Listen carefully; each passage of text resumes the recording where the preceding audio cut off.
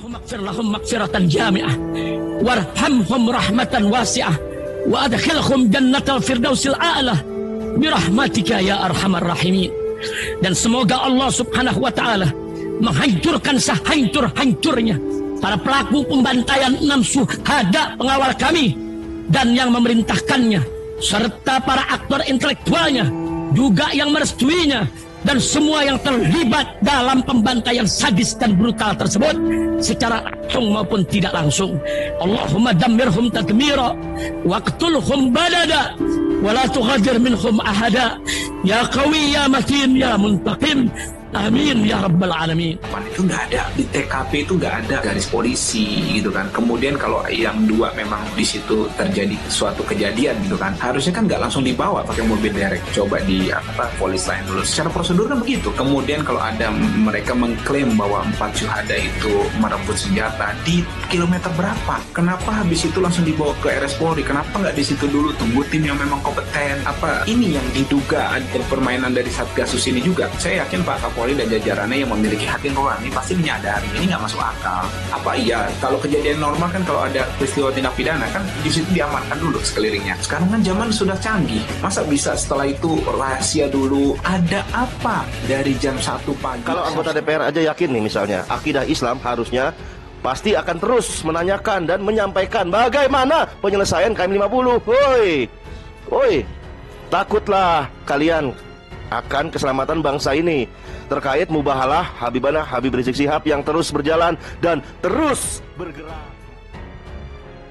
Doa menggelegar Habib Rizik untuk aktor pembunuhan 6 laskar FPI di KM50 hancurkan sehancurnya. Kasus pembunuhan 6 laskar Front Pembela Islam di KM50 Tol Jakarta Cikampek kembali mencuat. Wakil Ketua Komisi 3 DPR Desmond Mahesa sampai-sampai mempertanyakan apakah rekayasa berencana pada kasus pembunuhan Brigadir J yang diotaki Irjen Ferdy Sambo ini sama dengan merekayasa KM50.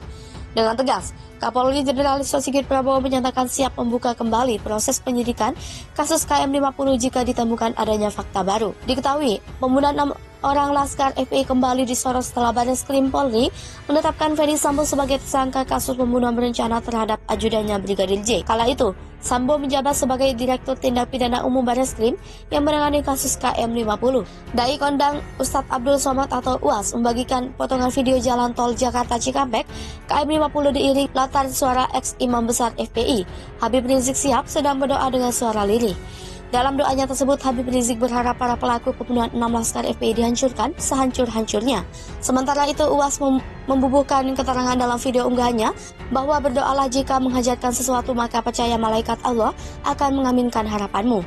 Susno 2J diteror gerombolan oknum polisi, datangi putrinya, diduga efek kasus Irjen Ferdy Sambo. Ex-Kabareskrim Komjen Susno 2J mendapat teror dari gerombolan oknum polisi yang mendatangi tambang putrinya di Lahat, Sumatera Selatan.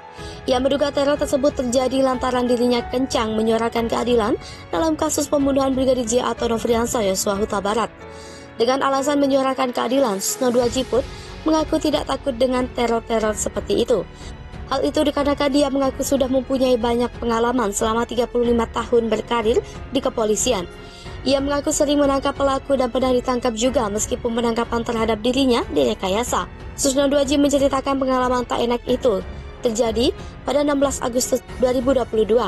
Susno 2J menceritakan hal tersebut saat mengunjungi kantor redaksi tribunnews.com di Palmerah, Jakarta Selatan Senin 22 Agustus 2022. Seperti diketahui, sejak awal peristiwa pembunuhan Brigadir J, Susno 2J kerap diundang menjadi narasumber di televisi nasional. Susno 2J bersama sejumlah mantan petinggi Polri juga sering dialog di kanal YouTube Polisi Oh Polisi. Cerita Susno 2J diteror. Susno 2J menceritakan sejumlah oknum polisi menggunakan mobil dinas berplat Jakarta datang ke lokasi tambang putrinya di Lahat, Sumatera Selatan. Susno 2J menyebut mereka sebagai polisi liar karena tidak membawa surat tugas. Untuk memastikan apakah oknum polisi itu kiriman dari Jakarta atau tidak, Susno 2J pun sampai menghubungi Kabarreskrim Polri Komjen Agus Andrianto. Susno 2J merupakan satu di antara sosok yang vokal menganalisis kasus pembunuhan Brigadir Yosua Huta Barat atau Brigadir J. Susno lalu kembali menceritakan polisi yang datang ke tempat usaha anaknya itu berasal dari Jakarta dengan membawa mobil dinas, termasuk di dalamnya mobil Indonesia Automatic Fingerprint System atau INAVIS. Ia sempat memperlihatkan foto-foto anggota polisi dan mobil dinasnya yang mendatangi bisnis anaknya pada 16 Agustus 2022 lalu itu. Ia lalu menelpon Kabareskrim Polri Komjen Agus Andrianto. Komjen Agus Andrianto, kata Susno, mengungkapkan tidak pernah mengirimkan anggotanya ke tempat bisnis putrinya itu. Lalu dari mana polisi-polisi yang datang ke tempat usaha anaknya itu? Ex-wakil Kepala Pusat Pelaporan dan Analisis Transaksi Keuangan itu mengaku tidak akan diam. Ia berjanji akan terus bersuara selama masih melihat ada ketidakadilan dalam kasus penembakan Brigadir J. Ia peduli kasus menghadapi banyak teror.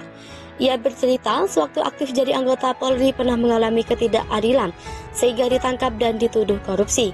Menurutnya, apa yang dialaminya itu hanya mengarah pada harga dirinya seseorang. Singgung kuatnya Kadif Propam Polri.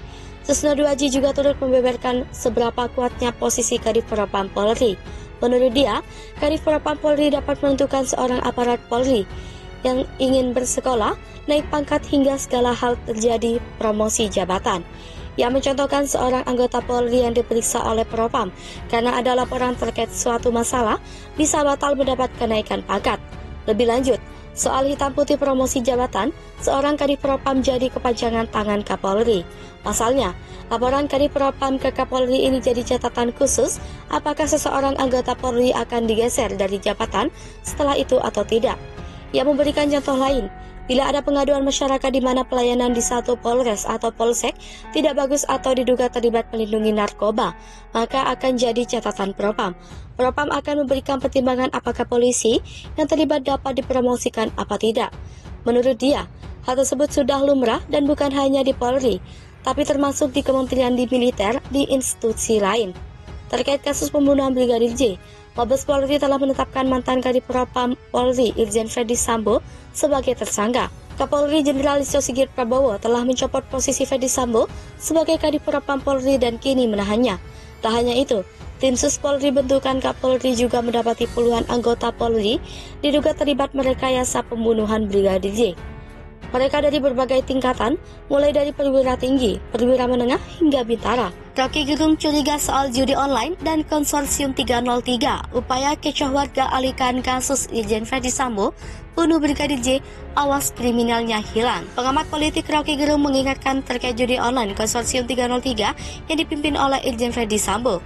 Mengutip berita jakarta.poskota.co.id, ia meminta masyarakat terus mengawal masalah utama dalam kasus Irjen Ferdy Sambo, yaitu pembunuhan Brigadir J. Rocky Gerung kemudian memperkirakan jika publik jauh lebih mengutamakan isu kasus judi online konsorsium 303, maka nantinya kasus pembunuhan Brigadir J akan terkubur. Bekas dosen Universitas Indonesia itu juga menyinggung soal kinerja Kapolri Listio Sigit Prabowo dalam proses hukum yang sedang berjalan. Rocky Gerung menegaskan masalah utama adalah kasus pembunuhan Brigadir J yang dilakukan Irjen Ferdy Sambo di rumah dinasnya. Jika pada akhirnya kasus pembunuhan Brigadir J sudah menemui titik terang, maka masyarakat bisa saja membongkar isu kasus perjudian online konsorsium 303 yang melibatkan Irjen Ferdy Sambo.